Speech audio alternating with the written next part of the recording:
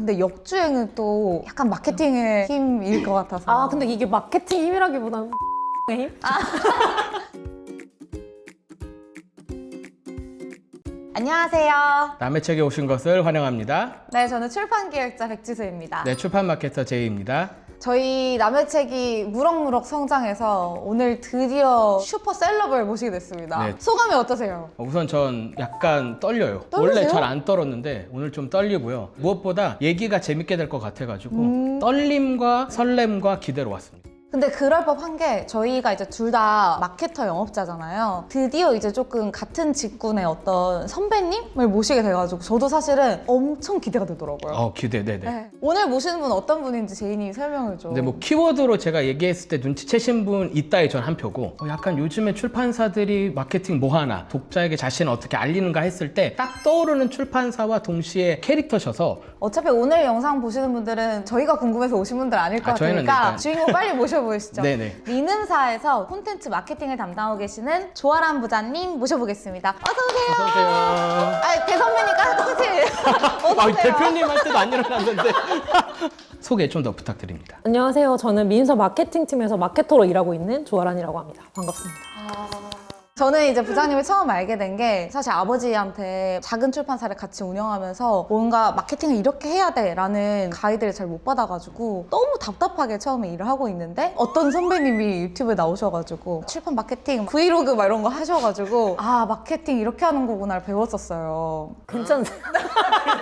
그걸로 배워도 괜찮은지.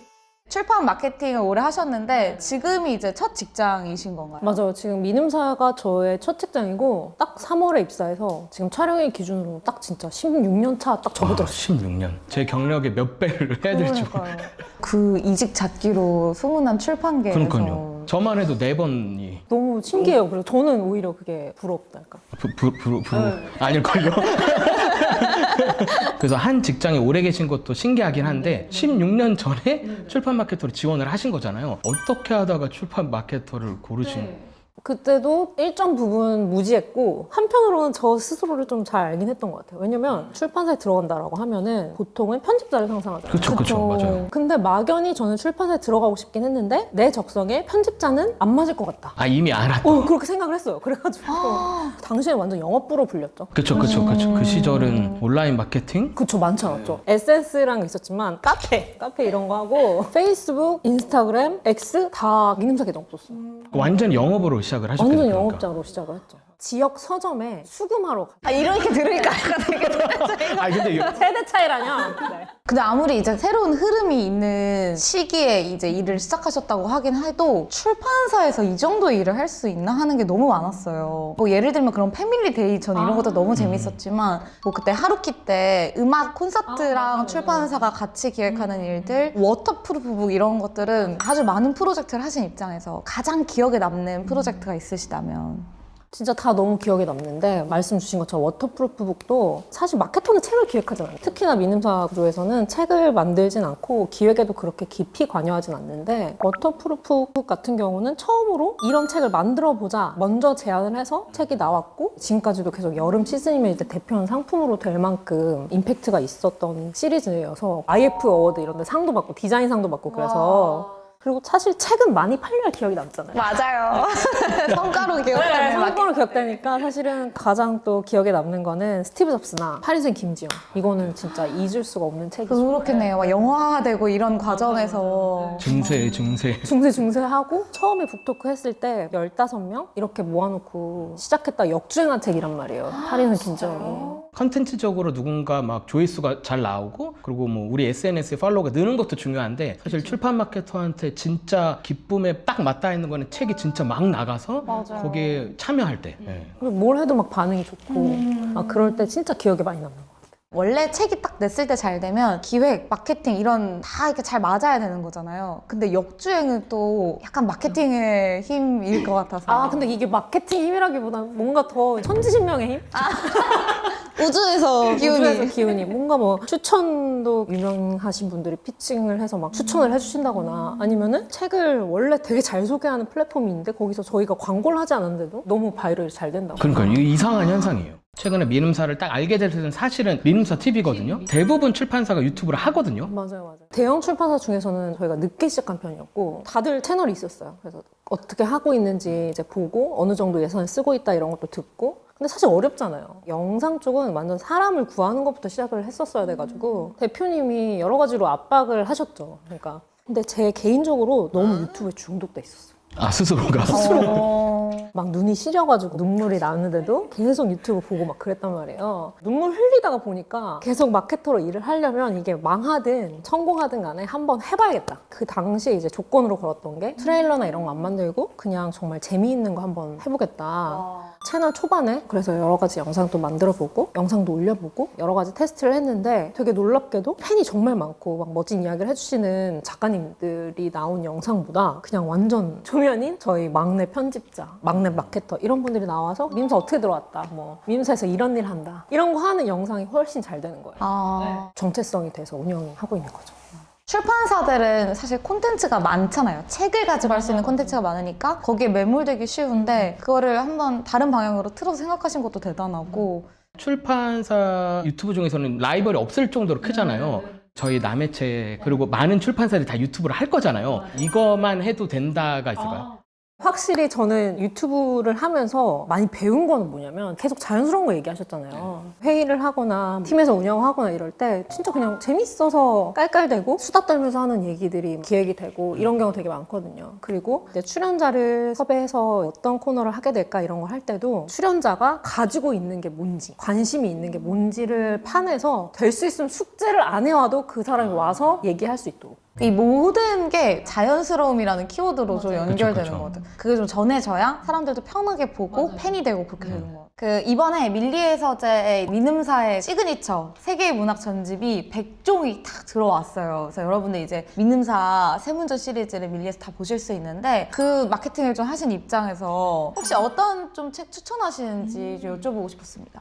그 해외 문학과 고전을 읽는 중요한 어떤 포인트는 계기가 필요한 것 같아요. 저는 그래서 뭔가 여행을 간다거나 공연, 영화 이런 게 나왔을 때 페어링해서 참 많이 읽고 예를 들면은 제가 튀르키예 여행 갔을 때 우르안 파묵의 내 이름은 빨강이라는 책을 읽었는데 예술, 이스탄불이라는 도시 이런 것들이 너무 잘 나타나는 책이어서 여행을 하면서도 즐겁고 제가 그냥 방구석에 혼자 읽었을 때보다 너무 기억에 오래 남고 이런 식으로 좀 계기를 만들어서 읽는 거를 저는 선호하고 또 추천하기도. 근데 페어링을 진짜 제대로 하셨네요. 그러니까. 제가 아는 페어링은 나 일본 가니까 일본하고 어울릴 것 같은 맞아, 표지를 맞아. 찾는다든지 아니면 진짜 원시적으로 찾는 보통 그리고 그렇게 하죠. 여름에 여행 가니까 근데 저도 막 되게 막 머리를 써서 찾는 게 아닌데 너무 작품이 방대하잖아요. 많으니까 어디든 걸리더라고요. 아, 그러네요. 그렇게 어떻게든 딱 맞는 페어링이 걸려서 그게 너무 신기한 것 같아요.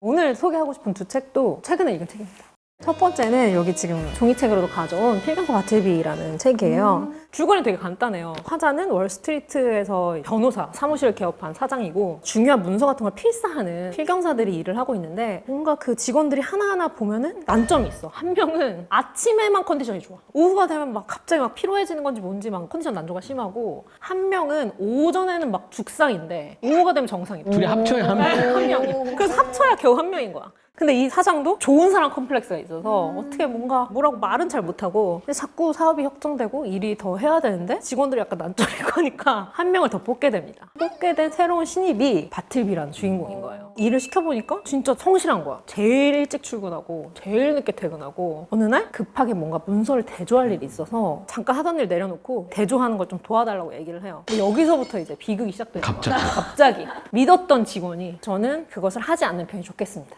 이렇게 얘기를 해서 불이일격을 당한 사장이 그때 너무 갑자기 일을 시켜서 그런가? 하고 이제 뭐 준비된 일을 시켜보기도 하고 간단한 일을 시켜보기도 하고 아니면 더 중요한 일을 맡겨보기도 하고 근데 그럴 때마다 돌아온 대답이 저는 그것을 하지 않는 편이 좋겠습니다. 나름 그래도 평화로웠던 사무실이 혼돈에 빠지는 거죠. 거의 스릴러 같은데요, 느낌이? 직장 스릴 대표 스릴. 대표님이 보시면 진짜 더 무서울 것 같아요. 저는 이게 두 가지 관점에서 재밌더라고요. 그러니까 사원의 입장에서 보면은 말을 겁나 안 듣는 신입이 들어왔어? 부당한 일을 시켰는데 하지 않는 편이 좋겠다고 당당히 얘기하는 글을 보면서 카타르시스 같은 게 있을 것 같고. 그쵸, 대리 만족의 느낌. 근데 저도 부장이고 이제 일을 시켜야 되는데. 일을 시켰는데 막 환장하겠는 거지.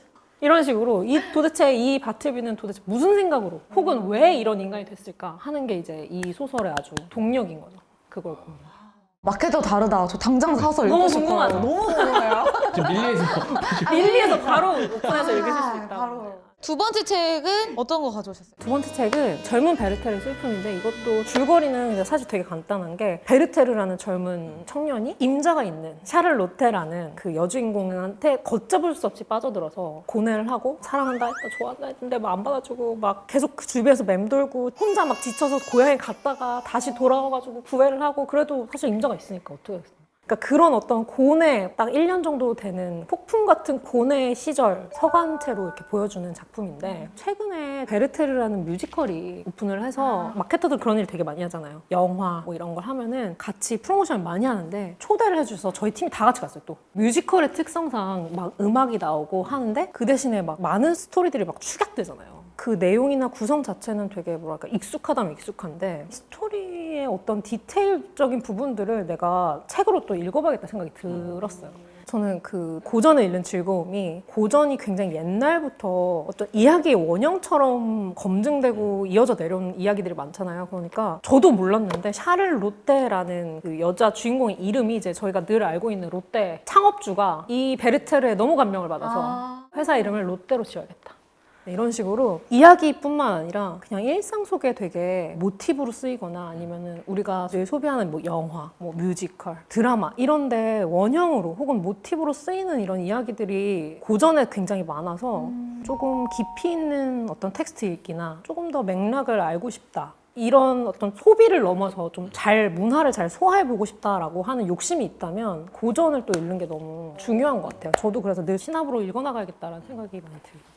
자, 저희 이제 콘텐츠 이름이 남의 책인 만큼 다른 출판사의 부장님이 어떤 책 좋아하시는가 좀 궁금해지는데 캐롤라인의 욕구들이라는 책이랑 그리고 하말런만이 쓴 따님이 기가 세요라는 두 책이에요. 근데 둘 다 이제 여성의 삶을 다루는 이야기여서 사실 캐롤라인 랩 책은 궁금해서 이렇게 장바구니 계속 넣어놨던 책인데 밀리에 있길래 이제 열어보게 됐죠.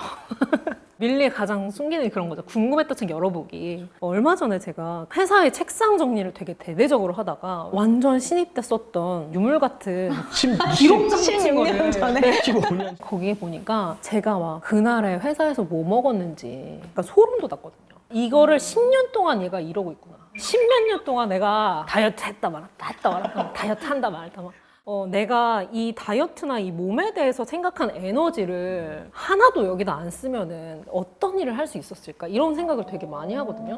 거식증에 되게 오랫동안 시달렸던 저자가 자기가 거식증에 왜 걸리게 됐는지 그리고 거식증을 빠져나오면서 내 주변에 있는 여성들을 관찰하면서 되게 세밀하게 따라가면서 묘사하는 에세이인데 보면서 그냥 너무 제 얘기 같고 너무 뭔가 흥미롭게 읽게 됐던 책이어서 소개하고 싶었고 되게 많은 분들이 나도 모르게 생기는 스트레스가 되는 경험들을 모두가 할 것 같은데 아마 이 책이 많은 분들에게 그런 부분에서 도움이 되지 않을까. 네. 저도 그렇고 저보다 이제 한참 어린 친구들도 더 마름에 대한 강박 10대 때부터 다이어트 되게 많이 한다고 하더라고요. 비만약 막 나오는 거 다 유행처럼 퍼지고 먹고 막 그래서 더 어렸을 때부터 이 책을 보면 좋겠다라는 생각이 들어가지고 그렇네요. 추천하게 됐고 그리고 하말론만은 이런 맥락에서 90년대생 두 여성 친구가 자신들의 경험 같은 것도 너무 솔직하게 잘 드러나 있고 보면서 되게 부러웠어요. 책 보고 되게 오랜만에 뭔가 이 사람들이 부럽다?